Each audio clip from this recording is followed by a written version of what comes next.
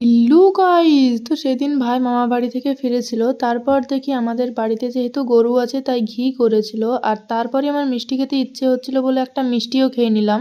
তারপর মা এসে আমাকে 1 কাপ গরম গরম দুধ ধরিয়ে দিয়ে বলল, এটা পুরোটা শেষ করবি। আমি কিন্তু ভালো মেয়ের মতো পুরো দুধটাই খেয়ে নিলাম।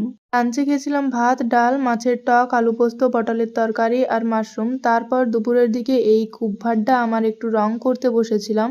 আর সেই দিন দেখি বাবা স্কুল থেকে বাড়ি ফেরার পথে এই এতগুলো আম নিয়ে এসেছে, আর ঠিক তারপরই দেখি এইরকম ঝমঝম করে বৃষ্টি শুরু হয়ে গেছে।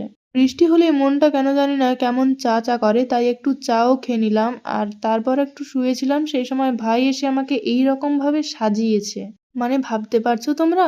তারপর ওই সন্ধ্যের দিক করে নিজেই একটু ম্যাগির সাথে পাস্তা মিশিয়ে বানিয়েছিলাম, তো সেটাই আমরা খেলাম।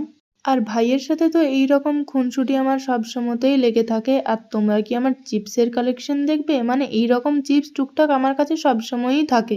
তারপর নিজের রুমটা একটু ভালোভাবে গুছিয়ে নিলাম। আর সেই দিন ডিনারে খেয়েছিলাম ডালিয়া আর বেগুন ভাজা। ভিডিওটা ভালো লাগলে লাইক, কমেন্ট, শেয়ার করে চ্যানেলটা সাবস্ক্রাইব করে পাশে থেকো।